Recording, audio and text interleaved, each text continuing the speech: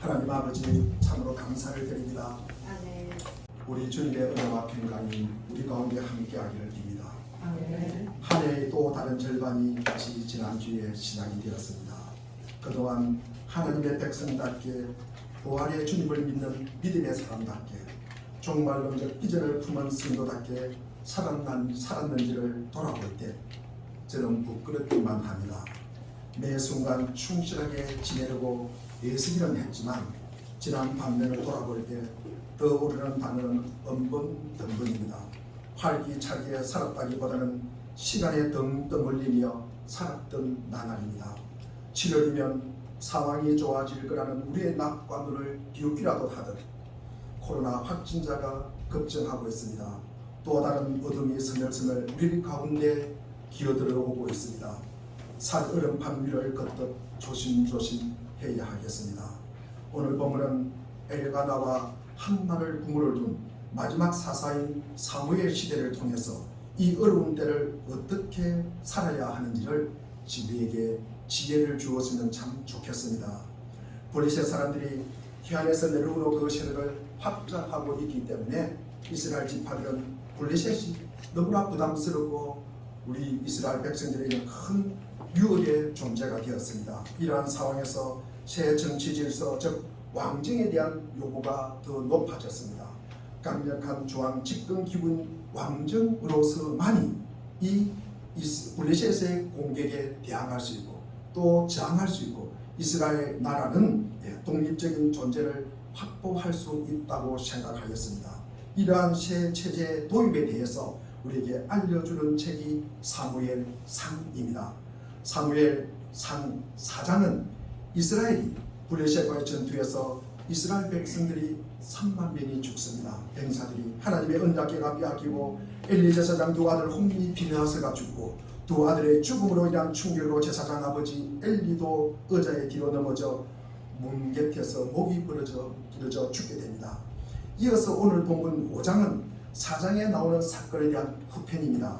이 사건은 이스라엘 역사에서 오랫동안 남에게 지배받았던 이스라엘의 슬픈 역사입니다. 당시 이스라엘 백성은 하나님을 잊은 채 영적으로 타락하였고 그렇게 하여서 정치적으로나 군사적으로 쇠퇴하여 오랜 숙적 블레셋의 정복당에서 그 밑에서 노예처럼 살고 있었습니다. 그런데 본문을 보면은 그로부터 상당한 시간이 흐른 후에 이스라엘 백성이 블레셋의 이 속박에서 벗어나야 되겠다는 그런 느낌을 가지기 시작합니다. 우리는 이렇게 계속 노예처럼 살 수가 없지 않느냐 하면서 이스라엘 백성들은 군대를 소집합니다. 그러면서 우리 블레셋과 한판 전투를 벌여야 되겠다.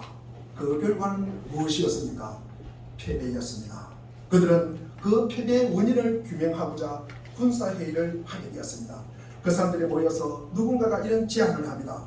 우리가 패배한 것은 우리가 너무 바빠가지고 그리고 우리가 지나치게 서두르다가 언약궤도 맺지 않은 채 블레셋을 공격하러 갔기 때문이다. 보다시피 그들은 지금 언약궤를 일종의 행운의 물건 그리고 벼슬 방망이로 취급합니다. 즉 언약궤를 메고 나가면 행운이 따라서 성공할 것이고 그렇지 않으면 반드시 패배할 것이다. 우리가 어떻게 패배의 원인은 언약궤 없이 나갔기 때문이다. 그러니 다시 군대를 소집하여 이번에는 언약궤를 메고 나가자. 그렇게 하면 반드시 이길 것이다. 우리가 블레셋을 정복할 것이라고 제안을 합니다. 그러니까 이 말을 들은 이스라엘 백성들은 들어보니까 일리가 있는 것 같아요. 그래서 다시 군대를 소집합니다. 그래서 언약궤를 앞에 메고 블레셋에게 한판 전쟁을 선포하면서 도전을 합니다. 그 뒤에 어떤 일이 일어났습니까? 이번에는 그냥 피한 것이 아니라 완전히 피했습니다. 폭망을 하였습니다. 블레셋에 대한 이 하나님의 언약궤마저 빼앗기고 말았습니다. 그런데 블레셋 사람들이 하나님의 언약궤를 가지고 가서 부수지 않고 이 물건은 아주 귀한 것이다. 이 블레셋 사람들도 이 언약궤를 그렇게 생각했습니다. 이 물건을 가진 자에게는 큰 도움을 줄 날이 올지도 모른다고 생각하면서 보관을 하였습니다. 그런데 그 보관한 장소가 어디냐면은 우리가 2절을 오늘 보겠습니다.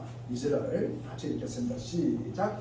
블레셋 사람들이 하나님의 궤를 가지고 다곤의 신전에 들어가서 다곤 곁에 두었더라. 다곤 신전 안에 있는 다곤 신상 옆에 두게 되었습니다. 이 블레셋 자기들은 그들은 승리에 취하여 축하를 하면서 잔치를 벌이고 있었습니다. 이스라엘을 완패시켰습니다. 그 원수의 우두머리게 긴 하나님마저 사로잡아 왔으니까 그들이 얼마나 신이 났겠습니까? 그런데 기절초풍할 일이 벌어집니다. 그들의 신 다곤이 여호와의 앞에서 엎드려져 얼굴을 땅에 박고 있는 것입니다. 왜 이런 일이 일어났는지 전혀 이해할 수가 없었습니다. 그래서 3절에 보니까 다곤을 다시 일으켜 세워 놓았습니다. 그리고 모든 블레셋인은 또다시 승리에 취하여 축하를 하면서 놀고 있었습니다. 그런데 동물을 보니까 또 기이한 일이 발생합니다. 우리 4절을 읽어보겠습니다. 4절 시작. 그 이튿날 아침에 그들이 일찍 일어나 먼저 다곤이 여호와의 앞에서 또다시 엎드려져 얼굴이 땅에 닿았고 그 머리와 두 손목은 그저 뭉치방에 있고 다곤의 몸뚱만 남았더라. 한 번이라면 우연이라고 하겠습니다. 한 번이라면. 그러나 두 번째입니다. 이번에는 두 손과 머리가 끊어져서 몸뚱만 문지방 위에 있었습니다. 그들은 그만 아연실색하였습니다. 저도 어릴 때 문지방에 밟고 서면은 우리 부모님들이 문지방에 서지 말라는 이야기를 참 많이 하시더라고요. 제가 지금 보니까 아마 이 다곤 신상이 죽어가지고 엎드려져 손목도 끊어지고 몸뚱아리만 엎드려져서 이 잡신이 죽은 자리이기 때문에 그 문지방에 아마 서지 말라고 했던 것 같습니다. 문지방 위에 이 다곤의 몸뚱이만 남았다. 머리와 두 손목이 끊어진 채 말입니다. 이게 바로 오늘 본문의 내용입니다. 우리가 이 내용을 듣고 어떻게 반문하는 사람이 있을 것입니다. 아마 구약시대에 나오는 내용이 도대체 지금 우리가 무슨 상관이 있습니까? 그 내용이 오늘의 우리 처지와 상황과 무슨 상관이 있단 말씀입니까? 그러나 저는 오늘 본문이 오늘날 교회에 아주 결정적인 교훈을 주고 있다고 저는 생각합니다. 이 본문이 우리에게 말하고자 하는 목적이 무엇일까? 이것은 세상에 가고 있는 기독교에 관한 이야기입니다. 사람들은 큰 사고가 납니다. 이해할 수 없는 엄청난 사고들이 생기면 하나님은 어디 갔을까? 하나님은 그 순간에 무엇을 하였을까? 라면서 삿대질을 합니다. 하나님의 교회는 지금까지 수백 년이 넘는 오랜 기간 동안 맹렬한 블레셋의 공격을 받아왔습니다. 그들은 여러 모양으로 지금도 마찬가지입니다. 지금도 변장하여 현대판 블레셋은 그 공격의 행태도 다양하게 우리에게 접근하고 공격합니다. 우선 그들은 지적인 지식과 이해를 통해서 맹공격합니다. 하나님의 말씀이 이해가 되지 않는다고 그들은 하나님의 진리의 말씀을 믿기보다는 인간의 사고와 그리고 인간의 이성과 인간의 맹철과 인간의 추론을 더 신뢰합니다. 인간의 철학을 더 신뢰합니다. 그리고 과학이라는 행태를 빌려서 이 블레셋의 공격도 과학처럼 지금은 과학처럼 우리에게 공격하고 있습니다. 1859년에 이 찰스의 다니엘슨 종의 기원을 출판한 지가 벌써 160년이 지났습니다. 그 책에 성경을 공격할 뿐만 아니라 기독교의 신앙의 전 기초와 토대를 흔들어 놓고 있습니다. 또 블레셋은 사회나 정치 행태를 빌려서 교회를 공격하고 있습니다. 사회적으로 법률을 제정합니다. 그리고 좋은 법률을 제정합니다. 정교한 법률을 제정합니다. 국회에서 의결을 하고 정부에서 그 집행을 하면 법법 회기가 경감될 것이고 고통도 개선될 것이다. 인간 그리고 이 세상이 인간의 운명이 완전해질 수 있다는 생각이 팽배해졌습니다. 그래서 사람들은 적당히 교육만 시키면 된다고 생각합니다. 그러면 그들이 곧 전쟁은 추방될 것이고 서로가 사랑하기 시작하고 이 세상은 낙원으로 만들어 놓을 것이다. 그 후에 오래오래 행복하게 살 것이라고 옛날 이야기처럼 우리에게 하고 있습니다. 고대 블레셋 당시에는 군대와 무기로 이스라엘을 공격합니다. 현대의 블레셋은 지식과 과학과 돈과 건강 등으로 그동안에 이런 식으로 하나님의 일, 하나님의 교회와 하나님의 백성을 공격해 왔습니다. 여기서 우리는 모두 솔직해져야 합니다. 오늘날 우리는 현대 블레셋이 교회와 그리고 기독교의 대의 맥분을 무너뜨렸다고 믿습니다. 원수가 계속 승리한 것처럼 보입니다. 모든 인생이 최소화되어 가는 것처럼 보입니다. 그 원수가 온 우주에서 승리하고 있는 것처럼 보입니다. 사실 현대 블레셋도 고대 블레셋과 같기 때문입니다. 현대 블레셋은 미시한 부분에 이르기까지 고대 블레셋인들의 행동을 그대로 따르고 답습하고 있습니다. 앞서 고대 블레셋인들이 여호와의 언약궤를 빼앗겼을 때 그것을 파괴하지 않았다는 것을 지적합니다. 그들은 이것을 다곤 신전에 두었다가 혹시 사용할 기회가 오면 꺼내서 사용하자, 그리고 다 사용한 다음에 제자리에 갖다 두자, 즉 언젠가는 그것을 유용하게 써먹을 때가 있을 것이다 라고 생각합니다. 그래서 그들은 언약궤를 부수지 않고 구석진 뒷자리에 어딘가에 올려놓았습니다. 현대 블레셋인들도 똑같은 일을 저지르고 있습니다. 현대인들은 하나님과 기독교를 잘 믿지 않습니다. 그러면서 그렇다고 완전히 단절하지도 않습니다. 그래서 자기의 목적에 합당한 때라든지 그렇게 하고 싶을 때, 느낄 때 기독교를 사용하는 것입니다. 아무 부담 없이, 그리고 의무도 없이, 책임도 없이 본인에게 유리할 때, 본인에게 위로가 될 때, 이처럼 더 이상 기독교를 믿지 않으면서 저기 어딘가에 두었다가 생각하고 필요할 때 꺼내 쓴 다음 더 이상 필요가 없으면 또다시 그 자리에 처박아 둡니다. 늘 내 중심이에요. 내 처지와 내 행동과 내 환경이 삶의 기준입니다. 이렇게 사는 사람을 굉장히 지혜로운 사람이라고 착각을 합니다. 그들은 실제로 하나님도 예수님도 믿지 않습니다. 진심으로 하나님께 예배하지도 않습니다. 그저 막연한 존경심만 가지고 있습니다. 입으로만 예배합니다. 이것이 바로 지금 우리가 처한 현실입니다. 중요한 것은 이 사건이 이런 시대, 이런 상황에 있는 우리에게 무엇을 전해주느냐. 그럼 질문을 하나 던져보겠습니다. 이스라엘 백성은 왜 이런 참패를 당해야 했습니까? 이스라엘 백성들은 하나님의 자녀인데, 하나님의 백성인데 말입니다. 이 시대의 교회가 직면해야 할 가장 시급한 질문입니다. 주로 많은 사람들이 이렇게 대답할 것입니다. 이스라엘 백성들이 패배한 원인은 블레셋이 강했기 때문입니다. 블레셋이 힘이 있었기 때문입니다. 블레셋이 용맹스럽기 때문이라고 대답합니다. 오늘날 교회는 우리 조상들이 그에 직면한 일이 없는 일들이 없던 원수들을 우리는 직면하고 있다. 우리 조상들은 쾌락과 세속적인 추구를 위해 이처럼 고도로 조직화된 세상과 경쟁할 일이 없었다고 말합니다. TV나 휴대폰이 없던 시대에는 TV나 휴대폰으로 인해서 많은 시간을 하나님께 드릴 시간을 앗아가는 것과 싸움할 필요가 없었다고 이야기합니다. 휴대폰만 없었다면, 내가 휴대폰만 없었더라면 하나님께 더 내가 나아갈 수 있을 것인데, 이 블레셋이 워낙 강했기 때문에 그동안 교회가 패배했으며 오늘날도 패배하고 있는 것과 같다는 것입니다. 그러나 이것은 새빨간 거짓말입니다.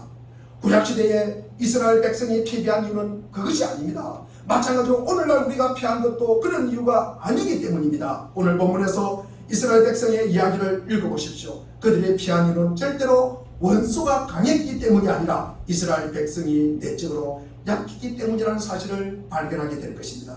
이스라엘 백성이 하나님과의 바른 관계에 있을 때는 늘 원수를 정복했습니다. 그러나 하나님을 잃어버린 채 게으르고 나태한 신앙생활을 하는 순간, 그리고 자신과 자신의 힘과 능력을 믿는 그 순간부터 우리는 피하게 되는 것입니다. 문제는 블레셋인의 힘에 강해서가 아니라 이스라엘이 약해진 것입니다. 언제나 그것이 문제였습니다. 이스라엘은 하나님께 등을 돌리고 하나님께 순종하지 않았으며 하나님과 그분의 능력을 의지하지 않았습니다. 언약궤를 메고 전쟁터에 나가면 승리할 것이라고 믿는 것이 하나님을 믿는 것입니까? 다시 한번 말씀드리겠습니다. 언약궤를 메고 전쟁터에 나가면 승리할 것이라고 믿는 것이 믿음입니까?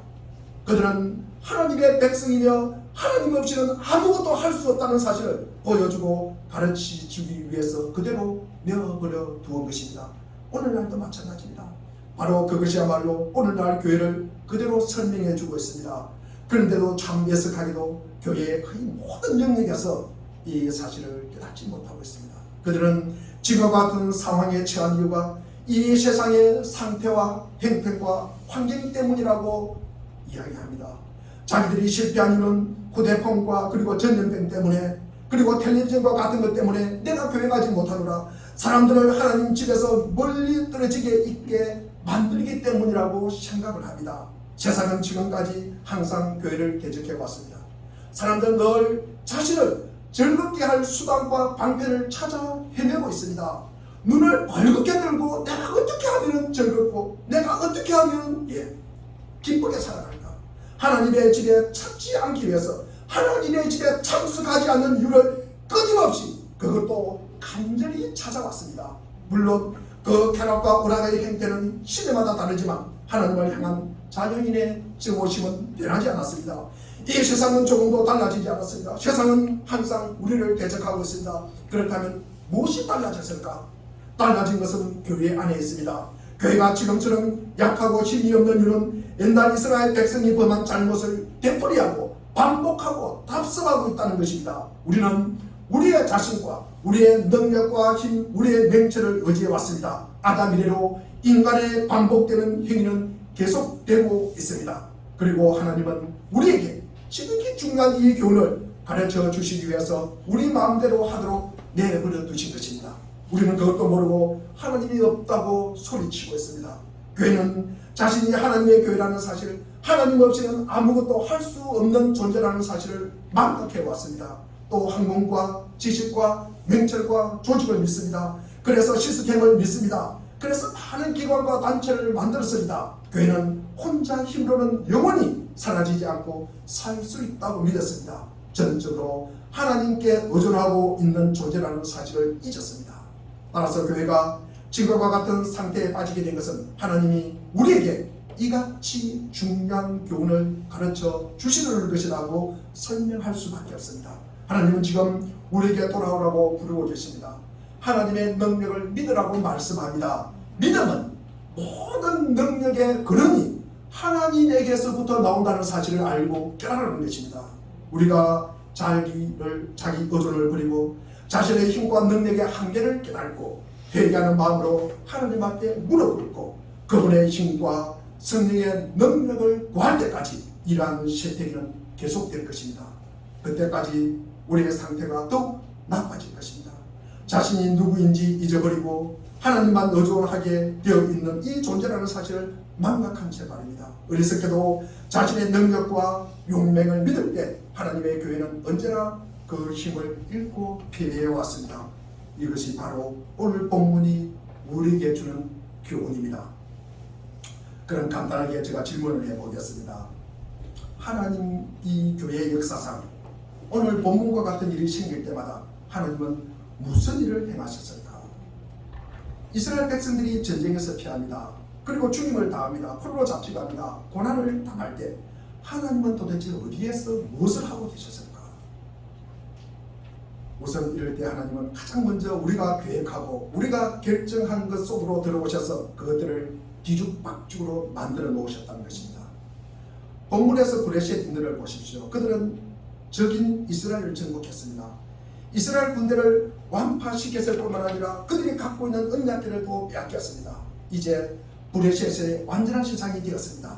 이제부터 아무것도 잘못될 이유가 없다고 생각하였습니다. 그러나 그들이 그렇게 축제 분위기에 빠져있는 그 순간 자신들의 힘으로 완전한 세상을 만들었다고 믿고 있는 바로 그 순간 모든 것이 잘못되어 가기 시작했습니다.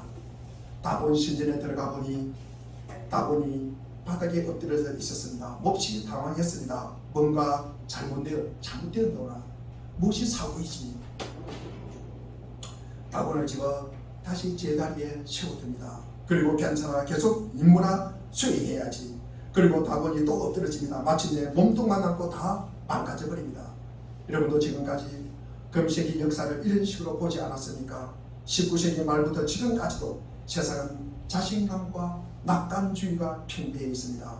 지식과 발전, 그리고 성장과 부흥, 진보와 진화의 결과 인간은 정말 낙원 같은 세계로 들어가기 직전에 있었다고 믿었습니다.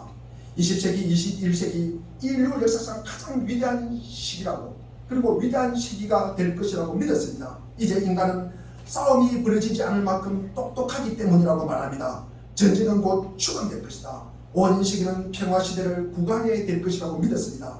인간은 인류 역사상 처음으로 흠잡을 데 없이 완전한 국민으로 접어들고 있다고 믿었습니다. 그리고 하나님은 구석에 처박아 두었습니다. 그런데 무슨 일이 생겼습니까? 20세기로 접어든 지 얼마 되지 않아서 일이 잘못되기 시작합니다. 1904년에 보면은 프랑스는 스페인과 비밀조약을 체결하고 모로코를 분할 통치하기로 합니다. 모로코에서 자유로운 권리를 보장받는 대가로 영국의 이집트 진출을 반대하지 않기로 한 사건입니다. 1905년은 을사조약이 맺습니다. 이 조선의 외국군이 일본에 넘어갑니다. 이 조그만 땅에 이 조선을 빨아먹기 위해서는 멸망이 혈안이 되어 있습니다. 빨대를 꽂지 않은 사람이 없습니다.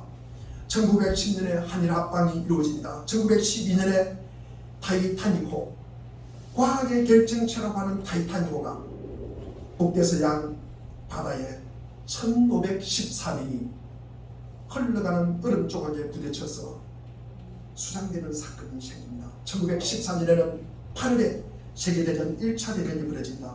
장병 사망자만 940만 명, 장병 부상자가 2,300만 명, 그리고 1939년 9월달에 세계 2차 대전이 일어납니다. 민간인을 포함해서 사상자가 5천만 명 내지 7천만 명이라고 합니다. 1945년 8월 6일에 히로시마에 원자폭탄이 떨어집니다. 그 원자폭탄 하나로 15만 명이 잿더미가 되어버립니다. 3일 후에 9일에는 나가사키에 원자폭탄이 떨어져서 7만 명이 잿더미가 되어버립니다. 1950년에 한국전쟁이 발발합니다. 한국군 사망자, 실종자, 부상자를 합하면 62만 명, 북한군은 52만 명, 유엔군은 54만 명, 중국군은 97만 명, 그리고 남한 민간인 사상자, 죽은 자, 부상자, 행방불명자만 100만 명, 그리고 북한도 민간인이 100만 명이 다치든지 죽든지 행방불명이 되었습니다. 오늘까지도 크고 작은 사건 사고들, 서로를 죽이고 죽고 하는 사건, 어제는 보니까 서유럽에 폭우가 내려서 이런 시대에 1000명이 행방불명이 되었대요. 세상은 그때 이후로 지금까지 계속 전율하고 있습니다. 평화는 영원히 올 것 같지 않습니다. 낙원에 절대로 들어갈 수 없을 것 같습니다. 우리는 모든 것이 완벽하다고 생각하지만 낙원은 계속 엎드려지고 있습니다. 모든 것이 잘못되어 가고 있습니다. 바로 그것이 지금 이 시간까지 계속 일어나고 있는 일입니다. 낙원을 신전 바닥에 계속 엎드려드리시는 하나님이 지금 우리의 삶을 소란하게 만들고 계신다는 것입니다. 하나님이 낙원 신상을 엎어버립니다. 그런데 우리의 계획이 어떻게 우리의 계획이 좌절됩니까? 그럼 우리는 누구를 믿고 있다는 것입니까? 우리는 누구를 믿고 있습니까? 누구와 함께하고 있습니까? 하나님은 인간이 하나님을 떠나 인생을 즐기도록 내버려 두지 않으십니다. 우리는 이사야 57장 21절 말씀을 한번 읽어보겠습니다. 시작. 내 하나님의 말씀에 악의 일은 평강이 있다. 악의 일은 평강이 있다 없다? 없다. 없습니다. 하나님이 우리 삶 속에 침입해 들어오셔서 하나님이 우리를 가로막고 계십니다. 우리 계획을 해방하고 계십니다. 우리를 흔들어 놓고 있습니다. 우리를 뒤죽박죽으로 만들어 놓고 있습니다. 이런 국가뿐만 아니라 개인도 마찬가지입니다. 하나님과 기독교를 비웃고 하나님 없이도 얼마든지 완전한 인생을 살 수 있다고 주장하는 사람들입니다. 그런 사람들은 재산도 많습니다. 사업도 잘 되는 것 같습니다. 처자식도 얼굴에 기름기가 잘 흐릅니다.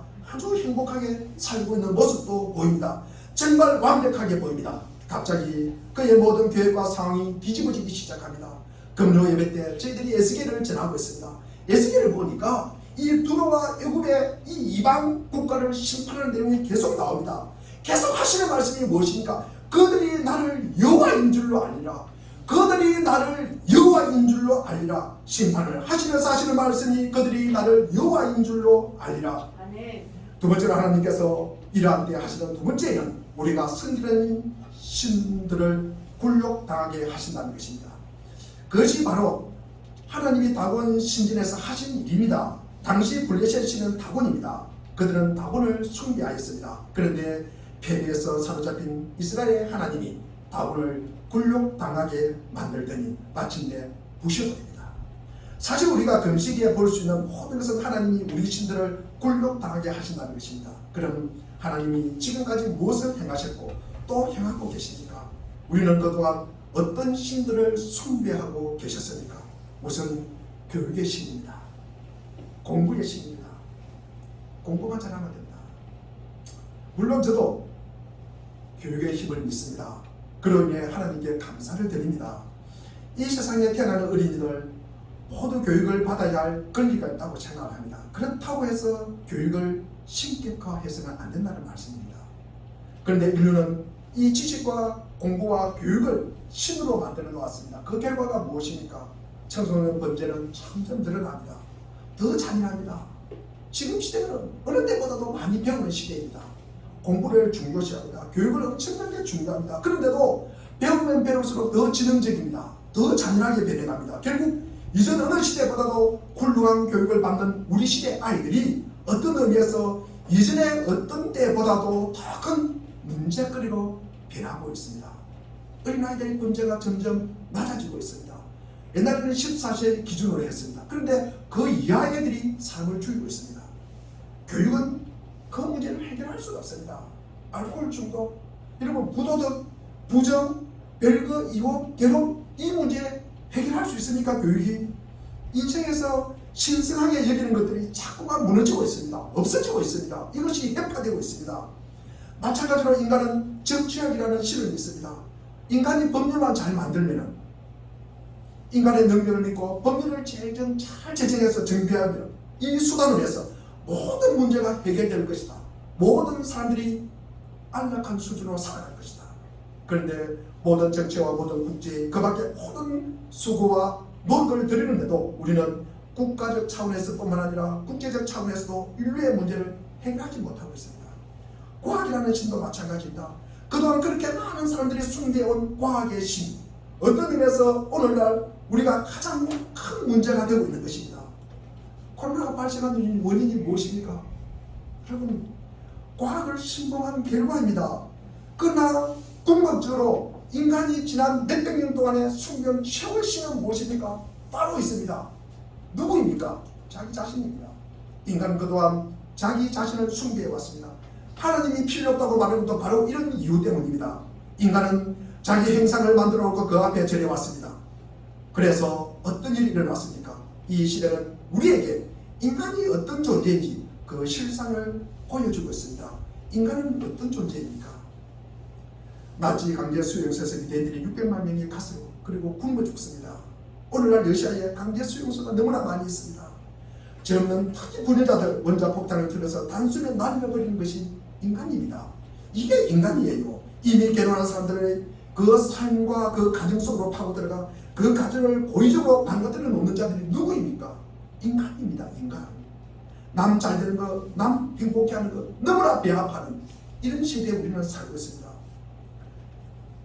얼마 전에도 지금도 끝나지 않는 이 여자 군인들 성추행, 성폭행으로 인한 자살 얼마 전에도 일어나지 않습니까? 매일 일어나는 일입니다. 이것을 법을 만든다고 해결돼요? 초등학교 때부터 친구들 돈 뺏고 부당하게 일시키고 본인의 쾌락을 위해서 다른 이들의 인권, 삶, 생명을 망가뜨립니다. 아무 죄의식도 없습니다. 신문방송은 날마다 인간이라는 신이 굴욕당하는 모습을 보여주고 있습니다. 인간은 자신을 숭배하는 자들 앞에서 꼬꾸라진 채 굴욕당하고 있습니다. 물론 아마 이 말씀을 들으면서 목사님은 이렇게 방문할지도 모릅니다. 목사님은 교육 중요하잖아요. 목사님 보니까 책만 들고 있던데 공부 많이 하잖아요. 목사님 돈 중요하게 생각하잖아요. 목사님 건강 중요하게 여기잖아요. 목사님 자신을 갖다가 중요하게 여기잖아요. 목사님 자식들 중요하게 여기잖아요. 저도 배움을 중요시 여깁니다. 교육을 중요시합니다. 물론 공부가 중요하지만 하나님보다는 중요하지 않다는 말씀입니다. 건강이 중요합니다. 물론 세상에 모든 것 다 가지도 건강을 잃어버리면 모든 것을 잃는다고 말하는 사람도 있습니다. 저도 새벽 예배를 마치면 7시부터 9시까지는 자전거를 탑니다. 제가 아무리 자전거를 타기를 좋아하고 운동을 좋아한다 손치더라도 제가 운동한다고 예배를 빠지지는 않습니다. 운동한다고 설교를 놓치지는 않습니다. 돈 중요합니다. 저도 사례비 받습니다. 16년, 17년, 18년까지는 못 받지만 그 휴무를 받았습니다. 받고 있습니다. 그러나 횡행이 되면 받는 것이고 횡행이 안 되면 못 받는 것입니다. 그 돈이 절대적 기준은 아니라는 말씀입니다. 초기에 제가 이 건물 화장실 청소를 하면서 40만 원씩 받아가지고 교회 재정에 전부 제가 사용을 했습니다. 교육도 중요하고 돈도 중요합니다. 건강도 중요합니다. 자신도 중요합니다. 자존감도 있습니다. 교회 초기에 제가 원래는 3층에 있었습니다. 교회가. 그래서 3층에 있을 때 그 전에 있던 교회가 간판을 갖다가 너무 많이 달아놨어요. 간판도 너무 큰 간판을 달고 입구에도 간판, 그리고 1층의 입구에도 2층 입구에도 3층 입구에도 간판만 달아놨습니다. 그래서 간판업자에게 제가 이걸 제거를 해라. 너무나 난잡하게 있기 때문에 보기도 싫다. 그래서 그러면서 화장실 2층 화장실 위에도 1층 화장실 위에도 그리고 3층 화장실 위에도 크게 간판을 갖다가 달아놨습니다. 그래서 제가 간판을 업자에게 부탁을 해서 이 간판을 떼라고 했습니다. 그래서 저 간판업자가 와서 이것을 떼가지고 요 앞에 빌라에다가 이것을 갖다가 세워두었습니다. 그런데 이 어떤 빌라에 사는 분이 전화를 제기했어요. 제가 그런 욕을 처음 들어봤습니다. 제가 평생 얻어먹을 욕을 다 얻어먹었습니다. 왜 저는 자존심 상하지 않겠습니까? 제가 듣고도 있었습니다. 왜? 교회의 일이기 때문에, 하나님의 일이기 때문에 제가 참고 견딜 수가 있었습니다. 그리고 제가 그 욕을 먹어도 하나도 상처가 되지 않았습니다. 아무리 우리가 중요하고 가치 있다 손치더라도 하나님 앞에서는 상대화시킬 수가 있어야 된다는 것입니다. 하나님 앞에 내 자아와 내 자존심을 내려놓을 수가 있어야 한다는 것입니다. 우리에게 가치가 있고 중요한 일이 얼마든지 많이 있을 수 있습니다. 그런데 그것을 최종적이고 최고로 마지막까지 끝까지 궁극적으로 그를 몰고 가면 이것은 율법주의가 되는 것입니다. 다시 한번 제가 말씀을 드리겠습니다. 우리는 교육을 중요시 합니다. 그리고 돈을 중요시 합니다. 그리고 자식을 중요시 합니다. 자신이 중요합니다. 건강 중요합니다. 이것을 갖다가 우리가 최종적이고 궁극적으로 끝까지 우리가 몰고 가면은 우리는 늘 바꾸게 됩니다. 이런 일로 해서 바꾸게 됩니다. 그래서 우리의 자유를 뺏어갈 겁니다. 이것은 율법주의가 되는 것입니다. 그곳에는 하나님이 자리할 자리가 없다는 말씀입니다. 제가 돈이 필요 없고 건강이 그리고 교육이 중요하지 않다는 말씀을 드리는 것이 아닙니다. 자식을 아무데나 낳아서 버리라는 말씀도 아닙니다. 그리고 자식을 갖다가 그냥 아무데나 취급해라는 말도 아닙니다. 아무리 돈이 중요하고 지식이 중요하고 교육이 중요하고 건강이 중요하고 자식이 중요하고 자신이 중요하다 할지라도 우리가 하나님 앞에서는 잠잠할 수 있어야 된다는 것입니다. 하나님 앞에서는 고개를 숙일 수가 있어야 된다는 말씀입니다. 하나님 앞에서는 침묵을 할 수 있어야 된다는 말씀입니다. 우리가 하나님 앞에서는 인내할 수 있어야 된다는 말씀입니다. 하나님 앞에 자신의 이 중심과 최고의 자리를 내어줄 수 있어야 한다는 것입니다. 그렇지 않으면 우리가 섬기는 그것이 교육이든 돈이든 건강이든 자식이든 자신이든 하나님 앞에서 굴욕당할 수 있다는 말입니다. 이것이 지금 이때 하나님이 하시는 두 번째 말씀입니다. 세 번째로 제가 마지막으로 언급하고 싶은 것은 다곤 신들에 계신 하나님은 이런 식으로 간섭해서 그들의 모든 계획을 뒤죽박죽으로 만들어지고 그들의 신을 굴욕당하게 하실 뿐만 아니라 결국 심판을 선포하신다는 것입니다. 하나님이 자신의 능력을 나타내고 계셨습니다. 그들 앞에서 하실 일을 보여주고 계셨습니다. 하나님은 브레셋과 이스라엘 그리고 모두에게 동시에 심판을 선포하고 계십니다. 금식이 온 인류에게 가장 분명하게 밝혀야 될 한 가지가 있다면 바로 하나님이 인류에게 심판을 선포하고 계시다는 사실입니다. 이것 말고는 세계대전을 두 번이나 그리고 세월호 사건들을 우리는 설명할 이유가 없습니다. 설명할 근거를 찾을 수가 없습니다. 이런 전쟁과 사건 사고를 보면서 하나님께서는 인간과 세상을 향해 이렇게 말씀하셨다는 것입니다. 너희는 나 없이 너희끼리 완전한 세상을 만들 수 있다고 주장한다. 나 없이 모든 일을 잘 수행할 수 있을 만큼 너희가 나보다 커졌다. 이제 나는 필요 없다고 말했다. 너희는 나를 천국에 처박아 두었다. 그래서 나도 너희에게 너희가 어떤 존재인지 너희가 나 없이 살려고 할 때 어떤 인생을 만들어낼 수 있는지 보여주었다. 나는 지금 너희에게 너희 자신이 범한 죄가 뿌린 결과들을 거두게 하고 있다. 제 뒤에는 늘 파멸이 따른다는 사실을 보여주고 있다. 이 두 세계대전 역사의 장 속에서 나의 독생자 주 예수 그리스도가 이룰 인간에 대한 마지막 심판을 보여주는 한 폭의 그림에 지나지 않는다. 노아의 홍수가 마지막 심판에 대한 예언인 것처럼 소돔과 고모라의 멸망이 그와 비슷한 예언을 담고 있는 것처럼 성경에 나오는 심판은 모두 이 마지막 심판을 가리킵니다. 금세기에 일어나고 있는 모든 것 역시 바라는 인간에 대한 하나님의 심판을 가리키고 있습니다. 하나님께 순복하지 않는 모든 사람의 마지막 파멸을 선포하고 있습니다. 그렇다면 이 모든 것에 비추어 오늘날과 같은 세계 속에서 현대인에게 전해야 할 메시지는 무엇일까? 인간을 향해 우리의 메시지는 심판의 메시지여야 합니다. 우리는 그들에게 하나님은 영원히 동일하신 하나님이라고, 이스라엘 백성을 에발산에서 그리심산에서 만나주신 하나님, 축복을 하든지 저주를 하든지 하겠다고 말씀하신 그 하나님이라고 말해 주어야 합니다. 이 세상에 축복을 받기를 원한다면 인간은 반드시 하나님은 오래전 다본 신전에서 계시해 주신 이 진리의 말씀들을 깨닫고 믿어야 한다는 사실을 선포해야 합니다. 우선 하나님은 살아계십니다. 이스라엘 백성과 블레셋인이 범한 잘못이 무엇인지 아십니까? 하나님을 계속에 넣고 하나의 상자 속에 담아 들고 다닐 수 있는 분으로 생각한 것입니다. 이스라엘 백성들은 하나님에 관한 모든 것을 잃어버렸습니다. 그들은 언약궤를 들지 않고 블레셋과 싸우려고 전쟁터에 급히 나갔다. 그런 다음에 그게 잘못되었구나. 하나님의 언약궤만 메고 가면 될 것인데, 하나님의 언약궤만 메고 가면 될 것인데, 우리가 반드시 언약궤만 있으면 이길 것이라고 말합니다. 사람들은 자기들이 하고픈 대로 하고 탱자탱자 놀면서 언약궤만 메고 가면 승리한다고 이야기합니다. 아무 준비 없이 지내다가 무슨 일만 생기면은 하나님께서 다 해주실 것이라고 말합니다. 천만의 만만의 말씀입니다. 하나님을 자기 마음대로 할 수 있는 분은 분으로 알았던 것입니다. 그것은 블레셋인도 마찬가지고 이 이스라엘 백성도 마찬가지입니다. 그러나 하나님이 다본 신일에서 가르쳐 주신 것이 무엇입니까? 하나님은 살아계신 하나님이십니다. 히브리서 4장 12절에 하나님의 말씀은 살아있다고 말씀합니다. 계시록 1장 20장 4절에도 보면 하나님의 말씀이 살아있기 때문에 이런 사람들이 살아서 그리스도와 더불어 1000년 동안 왕노를 할 것이라고 말하고 있습니다. 그분은 사람에 의해서 운반되는 분이 아닙니다. 그분은 사람들에 의해서 조종되는 분이 아니라는 말씀입니다.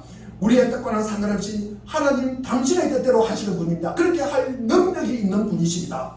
출애굽기 15장 18절을 한번 읽어보겠습니다. 시작. 여호와께서 너무 무력하도록 다스리시리라 하였다. 아멘. 인간은 하나님을 손에 쥐고 있다고 착각하지만 실은 하나님께서 인간을 손에 쥐고 계시는 분입니다. 다시 말해서 살아계신 하나님, 전능하시고 영원하신 하나님, 능력의 하나님임을 우리에게 가르쳐주고 있습니다. 우리가 하나님이 패했다고 생각할 때 하나님은 행동은 계시하십니다. 우리가 하나님을 잡았다고 생각할 때 우리의 신은 코를 땅에 박고 엎드려지게 하십니다. 하나님은 우리가 강금하거나 제지할 수 있는 분이 아닙니다. 무한하시고 절대적이고 영원하시고 무릇소 불의하시고 아니 계신 곳이 없으십니다. 살아계신 하나님이기 때문입니다. 두 번째로 그분이 유일하신 하나님이라는 사실을 기억해야 합니다.